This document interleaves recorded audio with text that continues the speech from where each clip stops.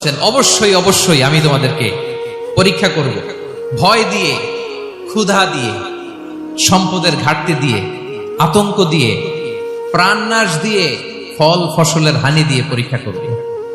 কিন্তু এই পরীক্ষায় যারা উত্তীর্ণ হবে, যারা সবর ইখতিয়ার করবে, ওয়াবাশশিরিস সাবিরিন, ধৈর্যশীলদের জন্যই হচ্ছে সুসংবাদ। আলহামদুলিল্লাহ পড়ে। তাহলে সম্মানিত সুধী, আমরা বুঝতে পারলাম এই পৃথিবীর ফিচার হচ্ছে এখানে বিপদ থাকবে, বিপদ ছাড়া কেউ থাকবে না। স্ট্রাগল থাকবে, কষ্ট থাকবে, ঝুঁকি থাকবে, রিস্ক থাকবে, এবং নানা ধরনের বিপদ আপদ দিয়ে আল্লাহ তাআলা আমাদেরকে পরীক্ষা করবেন। এটা মাস্ট, এটা আমাদের মাইন্ডসেটে নিয়ে নিতে হবে। মাইন্ডসেটে এটা ক্লিয়ার থাকতে হবে। চিরসুখ চিরশান্তি এই দুনিয়াতে মিলবে, কোথায় মিলবে তাহলে? এটা তাহলে বিপদ আসবেই, আপদ আসবেই, পরীক্ষা থাকবেই আমাদের জীবনে। তবে ইন্টারেস্টিংলি মজার বিষয় হচ্ছে পরীক্ষাটা এক একজনের এক এক রকম। পুরো পৃথিবীটা একটা পরীক্ষা ক্ষেত্র, কিন্তু কারো প্রশ্নপত্রের সাথে কারো প্রশ্নপত্রের কোনো মিল নাই। সুবহানাল্লাহ।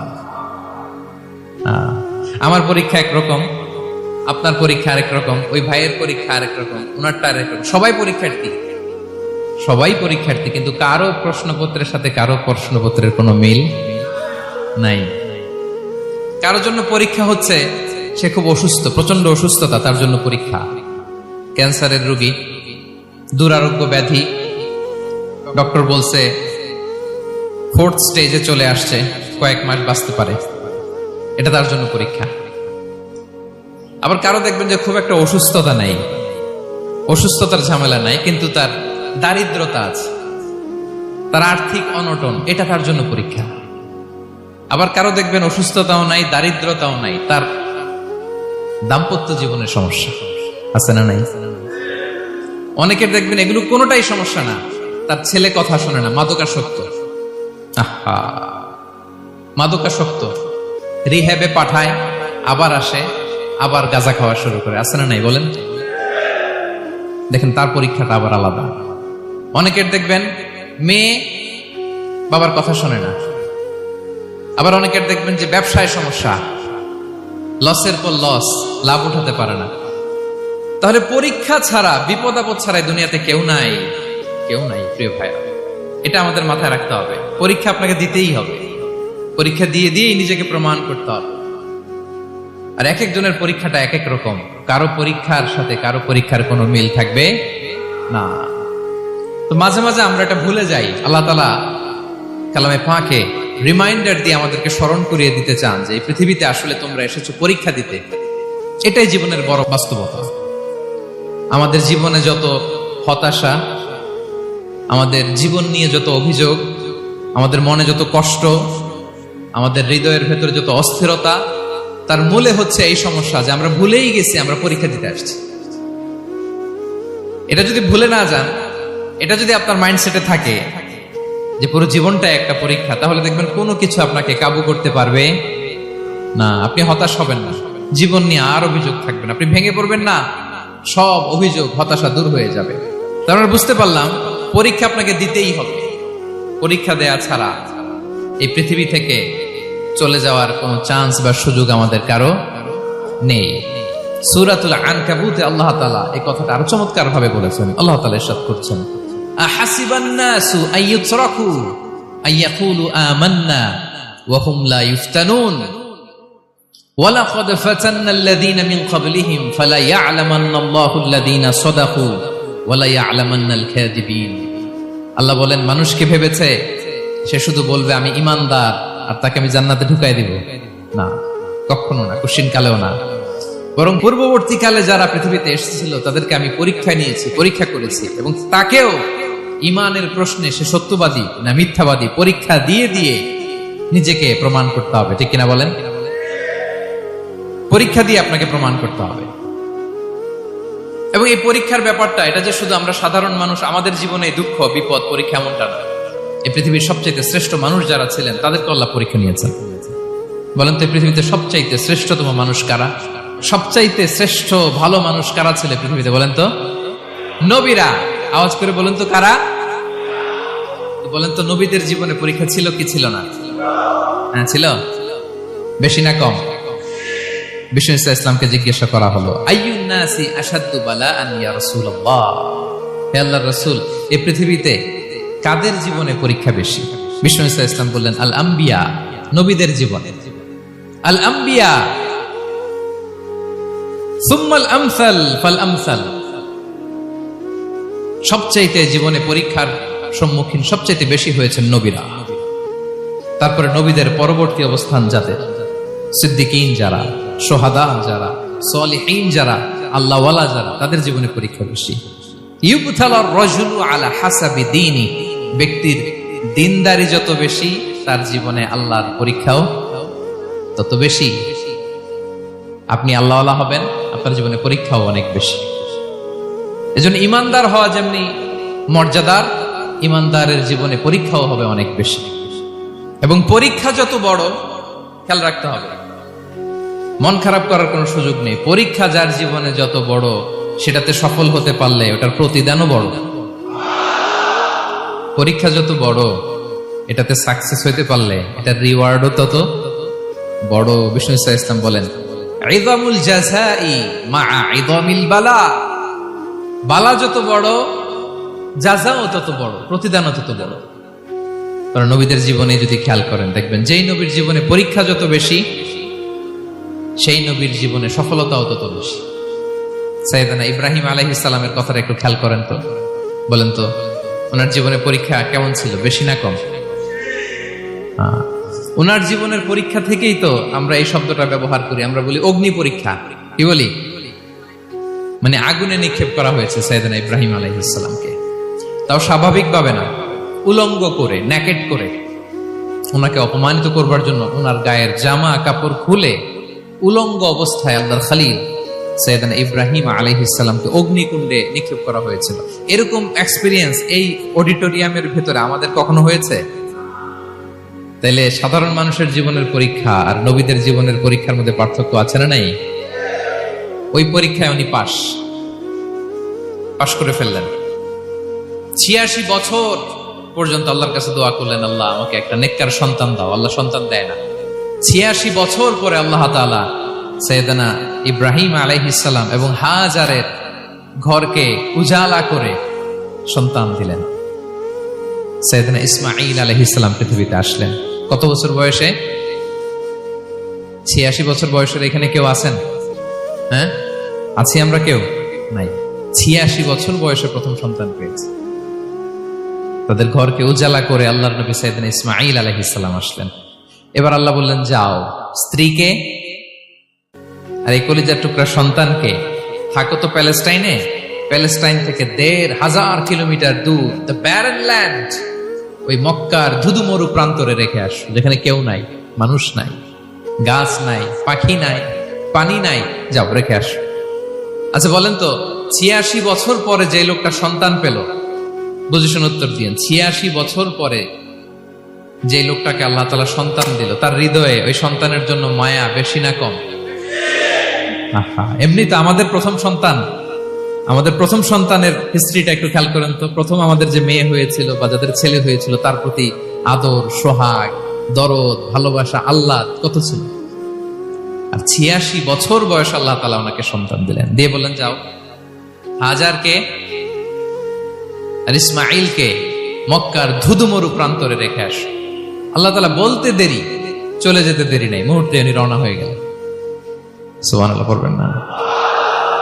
রেখে আসলেন মক্কার ধুধুমরু প্রান্তরে। এবার আল্লাহ বললেন, যাও রিটার্ন ব্যাক টু প্যালেস্টাইন, প্যালেস্টাইনে চলে যাও। চলে গেলেন, হৃদয়টা ভেঙে খান খান। অনেক বছর পরে আল্লাহ তাআলা আবার অনুমতি দিলেন, যাও এবার ছেলেকে দেখে আসতে পারো, যাও প্যালেস্টাইন থেকে আবার মক্কায় যাও। সাইয়েদনা ইব্রাহিম আলাইহিস সালাম প্যালেস্টাইন থেকে আবার ১,৫০০ কিলোমিটার পথ পাড়ি দিয়ে, এখনকার মতো ফ্লাইটে যায় না, গাড়িতেও না, উটে করে। কিসে করে? উনি যে কতবার মক্কা থেকে ফিলিস্তিন এসেছেন আর গিয়েছেন, কোন ইয়ত্তা নাই, হিসাব নাই। গেলেন, এবার ছেলেটা হাঁটতে পারে, দৌড়াতে পারে, একটু একটু কথা বলতে পারে, আব্বু আব্বু ডাকতে পারে। কেমন মায়া লাগে বলেন তো? মায়া, ভালোবাসায় যখন টইটম্বুর, ঠিক ওই মুহূর্তে আল্লাহ বললেন, ছেলেকে জবাই করো, জবাই করো ছেলেকে। আল্লাহ তাআলা বলতে দেরি করেছেন, আল্লাহর আদেশ পালনে 1 সেকেন্ডও তিনি দেরি করেন নাই। ছুরি চালালেন, জান্নাত থেকে দুম্বা নিয়ে আসা হলো। এভাবে আল্লাহর নবী ইব্রাহিম আলাইহিস সালাম ওনার জীবনের প্রতিটি ক্ষেত্রে যেখানে আল্লাহ তাআলা ওনাকে পরীক্ষা নিয়েছেন, উত্তীর্ণ হয়েছেন। এবং দেখেন ওনাকে আল্লাহ তাআলা কি উপহার দিলেন, আল্লাহ তাআলা ওনাকে খলিলুল্লাহ উপাধি দিলেন, আল্লাহর বন্ধু। সুবহানাল্লাহ বলেন। আল্লাহ তাআলা বলছেন ওয়া ইযি বিতালা ইব্রাহিম রাব্বুহু বিকালিমাতিন ফাআতাম্মাহুন ক্বালা ইন্নী জাঈলুকা লিন-নাসি ইমামা। আল্লাহ অনেকগুলো পরীক্ষা নিয়েছিলেন সাইয়েদনা ইব্রাহিম আলাইহিস সালাম, প্রতিটা পরীক্ষায় সাকসেসফুলি পাস করেছেন, গোল্ডেন এ প্লাস। আল্লাহ বলেন ইন্নী জাঈলুকা লিন-নাসি ইমামা, I'm gonna make you the leader for the entire human being. I'm gonna appoint you as a leader for the entire universe. গোটা বিশ্বের জন্য, গোটা মানবতার জন্য আমি তোমাকে লিডার বানায় দিলাম। ইযামুল জাযাই মা'a ইযামিল বালা। পরীক্ষা যত বড়, ওই পরীক্ষায় পাশ করলে ওইটার ফলাফল ও প্রতিদানও বড়। তাহলে দেখেন প্রিয় ভাইরা, সাইয়েদনা ইব্রাহিম আলাইহিস সালামের জীবনে পরীক্ষার কোনো শেষ ছিল না। আমি আপনি কোথায়? আল্লাহর খলিলের জীবনে যদি এত পরীক্ষা থাকতে পারে, আমি আপনি কোথায় বলেন তো? এবার বলেন সাইয়েদনা মূসা আলাইহিস সালাম, ওনার জীবনে তো কোনো পরীক্ষার ছিল না। হ্যাঁ, গুণে শেষ করতে পারবেন? জন্মটাই তো হয়েছে পরীক্ষার মধ্য দিয়ে। মিশরের ছেলে সন্তান হইলে ফেরাউন বলছে জবাই করো, ওনার মা এরকম সিন্ধুকে করে ভাসায় দিলেন নীল নদীতে। আল্লাহু আকবার, কি একটা রোমাঞ্চকর পরিস্থিতির মধ্য দিয়ে আল্লাহ তাআলা ওনাকে বাঁচালেন। সুবহানাল্লাহ, জন্মই হয়েছে পরীক্ষার মধ্যে। বড় হইলেন, ফেরাউনের ভয়ে দেশ ত্যাগ করলেন, মিশর থেকে মাদিয়ান। আবার আল্লাহর আদেশে যখন ফিরে আসলেন, আবার ফেরাউনের সাথে তর্ক বিতর্ক, যুদ্ধ। একটা রাত আল্লাহ নবী মূসা আলাইহিস সালাম শান্তি মতো মিশরে ঘুমাতে পারে নাই। একটা রাত শেষ পর্যন্ত এই ফেরাউন মূসা আলাইহিস সালামকে ধাওয়া করেছে। ফেরাউনের ধ্বংসের আগ পর্যন্ত সে মূসা আলাইহিস সালামকে ধাওয়া করেছে। তার মানে মূসা আলাইহিস সালাম এই বিপদ আপদ পরীক্ষা এগুলো থেকে মুক্তি পান নাই। এবার বলেন ঈসা আলাইহিস সালামের কথা, ওনার জীবনে তার পরীক্ষা ছিল না। কি পরীক্ষা ছিল? হ্যাঁ, আল্লাহু আকবার। Same scenario goes to the biography of every messenger in the world. পৃথিবীর সব নবীর ক্ষেত্রে একই ঘটনা ঘটেছে। সাইয়েদনা ঈসা আলাইহিস সালাম দাওয়াত যখন দিলেন, ওনার বিরোধিতা শুরু হলো, ওনাকে হত্যার ষড়যন্ত্র হলো। ইভেন কি ওনাকে মারার জন্য বনি ইসরায়েলেরা উদ্ধত হলো, জানে বাঁচবার জন্য পালালেন। এক ঘরে ঢুকলেন, চারদিক দিয়ে ঘেরাও করলো, উনি দরজা জানালা লাগাই দিলেন। ওরা বললো একজন দরজা ভেঙে জানালা ভেঙে ভিতরে ঢুকে দেখো বেটা ঈসা কি করে। একজন ভিতরে ঢুকছে, ঢুকার সাথে সাথে বল রাফাআহুল্লাহু ইলাইহি, আল্লাহ তাআলা ঈসা আলাইহিস সালামকে উপরে উঠায় নিলেন। আর যেই লোকটাকে তারা ভিতরে ঢুকালো, তার চেহারাকে আল্লাহ তাআলা ঈসা আলাইহিস সালামের চেহারার মতো করে দিলেন। এবার তার বাইরের সাথীরা বলে ঘটনা কি, বেটা ঈসাও বেরোয় না, আমাদের লোকটাও বেরোয় না, সবাই ঢুক।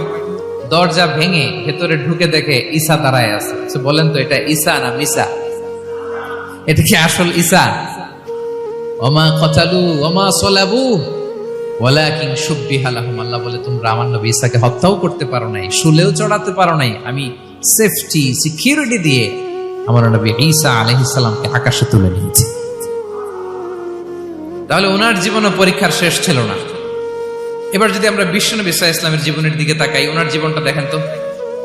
আমাদের পেয়ারা নবী বিশ্বনবী মুহাম্মদুর রাসূলুল্লাহ সাল্লাল্লাহু আলাইহি ওয়াসাল্লাম, ওনার জীবনে কি স্ট্রাগল ছিল? স্ট্রাগল। মাক্কি জীবনের কথা যদি একটু খেয়াল করেন, দেখেন তো 3 বছর শিয়াবে আবি তালেবে জেল খেটেছেন, না খেয়েছিলেন। ওনার বংশের লোকেরা প্রথমে ছাগল খেয়েছে, ছাগলগুলো যখন শেষ, ছাগলের চামড়াগুলো শুকিয়ে ওইটা খাইছে। গাছের পাতা ছাল এগুলো খেয়ে খাবারের অভাবে বেহুশ হয়ে পড়ে থাকতো তারা। না খেয়ে কয়দিন ছিলেন আপনি? আমি কয়দিন ছিলাম না খেয়ে? মনেই তো পড়ে না, না খেয়েছিলাম কিনা কোনোদিন। এ হচ্ছে মাক্কি জীবন। মেন্টালি প্রেসার দেয়া হয়েছে। বিশ্বনবীর চাচা আবু লাহাব, তার 2 ছেলে উতবা আর উতাইবা, এদের সাথে বিয়ে দিয়েছিলেন 2 মেয়ের। যখন দাওয়াত দেওয়া শুরু করলেন, 2 মেয়েকে ডিভোর্স দিয়ে দিল। দেখেন, একটা বাবার জন্য প্রাপ্তবয়স্কা মেয়েকে যখন উঠায় নেয়ার আগে ডিভোর্স দেয়, তার মানসিক অবস্থাটা কেমন থাকে বলেন? মেন্টালি প্রেসারাইজ করা হয়েছে, ফিজিক্যালি হ্যারাস করা হয়েছে। বিষ্ণু ইসলাম যখন নামাজে দাঁড়াতেন, উটের পচা নারী ভুড়ি বিষ্ণুনবীর কাঁধে চাপিয়ে দেওয়া হতো। আপনার জীবনে এরকম ঘটছে কখনো? আপনি নামাজ পড়তেছেন, ওটের পচা নারী ভুঁড়ি আপনার কাঁধে চাপিয়ে দেওয়া হয়েছে। কয়দিন হয়েছে এরকম? কয়দিন হয়েছে? হ্যাঁ, তারপরে তো আলহামদুলিল্লাহ বেরোয় না মুখ দিয়ে। কেমন আছেন হুজুর? কয়েন না, বেশি একটা সুবিধার না, তাই না? বেশি একটা একটু মিলাবেন। কতটুকু পরীক্ষা আমরা দিয়েছি। তায়েফে গেলেন বিশ্বনবী, তায়েফে গেছিলেন জমির বায়না দিতে, তাই না? জমি কিনবে তায়েফে। তায়েফবাসীদেরকে জাহান্নামের আগুন থেকে বাঁচাতে গিয়েছিলেন, নিজের জন্য না। সেখানে তায়েফের ছেলেরা পাথর মেরেছে বিষ্ণু ইসলামের গায়ে। এত শুভ্র দেহ ছিল, চেহারা ছিল, বিষ্ণুবীর গা দিয়ে ঝরঝর করে রক্ত ঝরেছে। ফিজিক্যাল হ্যারাসমেন্টের শিকার হয়েছেন বিষ্ণু ইসলাম। যখন যেদিন বিষ্ণু ইসলামকে হত্যার ষড়যন্ত্র করা হলো, আল্লাহ তাআলার আদেশে তিনি মক্কা থেকে মদিনায় হিজরত করলেন। মদিনাতে যে একটা রাত, সপ্তম হিজরির আগ পর্যন্ত শান্তিতে ঘুমাতে পারেন নাই। 3 দিকে 3 ইহুদি বসতি, বনু কাইনুকা, বনু নদীর, বনু কুরাইজা। আহা, খাওয়ার মধ্যে বিষ মিশিয়ে দেয়া হয়েছিল বিষ্ণু ইসলামের। বাজুর, খাসির বাজুর রান পছন্দ করতেন। এক ইহুদি মহিলা বিষ্ণু ইসলামের ওই রানের মধ্যে বিষ মিশিয়ে দিয়েছিল। ওই বিষের যন্ত্রণায় মৃত্যুর আগ পর্যন্ত বিষ্ণুনবী কাতরাতেন, এবং উনি ইন্তেকালের সময় ওই বিষের ব্যথা যন্ত্রণাতে ইন্তেকাল করেছেন। বিষ্ণুনবীর ইন্তেকালটা শাহাদাতের ইন্তেকাল ছিল। বিষ্ণু ইসলাম বলেছেন, ওই যে খায়বার এলাকার ওই মহিলা যে আমার খাবারে বিষ মিশিয়েছিল, সেই বিষের যন্ত্রণা, বেদনা, কষ্ট আমি অনুভব করছি। খেয়ে না খেয়ে দিন প্রচারের কাজে নিজেকে দিয়েছ বিলিয়ে, তায়েফের কাফিরেরা চিনল না সে আলো, দুষ্ট ছেলেদের পিছু দিল লেলিয়ে, পাথরের আঘাতে ক্ষত বিক্ষত হয়ে সারা শরীর থেকে রক্ত ঝরে। হে রাসূল তোমাকে ভুলি আমি কেমন করে, হে রাসূল তোমাকে ভুলি আমি কেমন করে। হাজার ব্যথা বেদনার পরে ফিরে আসনি তুমি আপন ঘরে, দিনের আলো তুমি ছড়িয়ে দিতে চলে গেলে মদিনায় মক্কা ছেড়ে।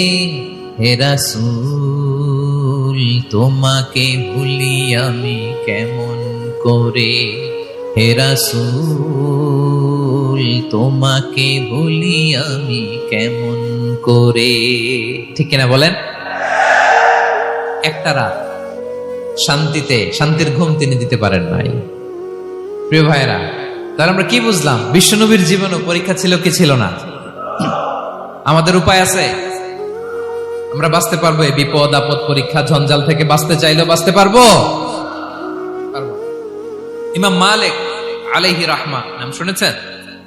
ইমাম মালিক, ওনার জ্ঞান থেকে লাখো লাখো মানুষ উপকৃত হয়েছে, কোটি কোটি মানুষ উপকৃত হয়েছে।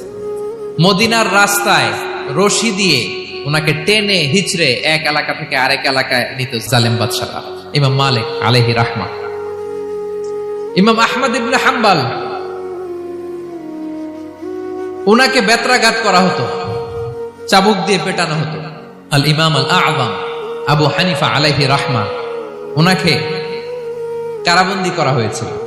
তার মানে দেখেন, যত বড় বড় স্কলার, যত বড় বড় মাশায়েখ, এমনকি আম্বিয়া আলাইহিস সালাম, ওনারাও পরীক্ষা বিপদ আপদ থেকে রেহাই পান। পাইছে? তাহলে আপনি আর আমি পাবো? বলেন তো।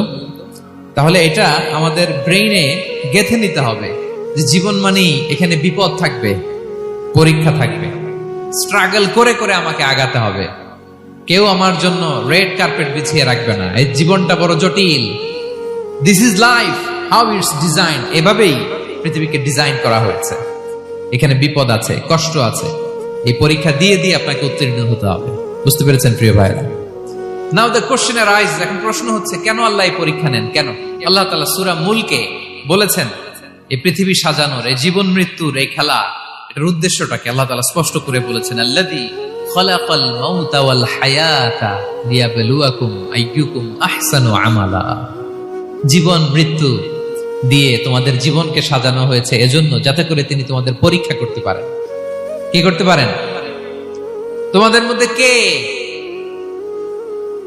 সৎকর্মে অগ্রগামী, কে কাজে ভালো, আমলে ভালো, এটা দেখার জন্য। বেসিকলি আল্লাহর দেখার প্রয়োজন নাই, আমাদেরকে দেখানোর জন্য এই পরীক্ষার আয়োজন। আমি ভালো করবো না খারাপ করবো এটা আল্লাহ জানে না? তো ওনার পরীক্ষা করা লাগে কেন? কথা বলেন। আমি জান্নাতি না জাহান্নামী এটা আল্লাহ জানেন না?